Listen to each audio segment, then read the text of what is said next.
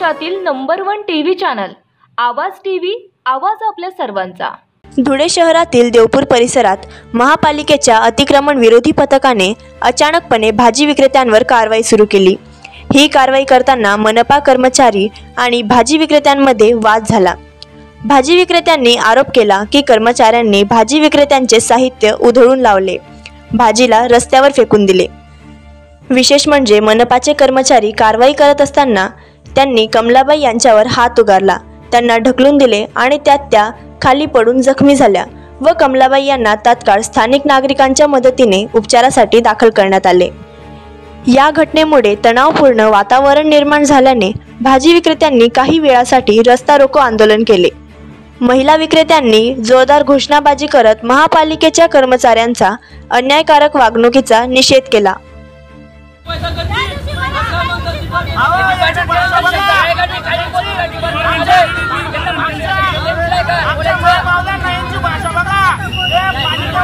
तुमचं नाव सांगा मावशी, काय विषय बोला।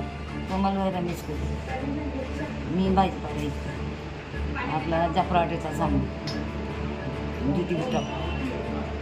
मी माझं दुकान आवरत होती, गाड्याला लोकांनी सांगितलं मला, मी माझं दुकान आवरून माल भरून गाडीमध्ये ठेवत होतो। माझी 3-4 कॅरेट राहिली होती, खाली कॅरेट, मग मी उचलत होती।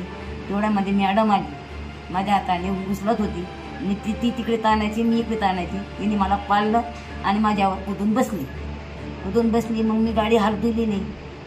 मग तिने अजून मला छेडछाड केली। मग मी पडून गेलो। मग मला चक्कर आला आणि माझ्या गर्भपिशीच्या ऑपरेशनला 3 वर्ष होत आहे। 3 वर्ष होत आहेत माझ्या गर्भपिशी ऑपरेशनच्या जवळ मला लागलंय।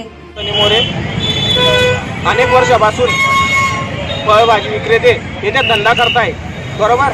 तर आज पोलीस प्रशासन इथे आलं, ते लोक त्यांच्या रस्त्याच्या साईडला व्यवस्थित त्यांच्या पद्धतीने धंदा करताय। पोलीस प्रशासन आलं, एका महिलेला अतिशय क्रूरपणे मारहाण झालेली आहे।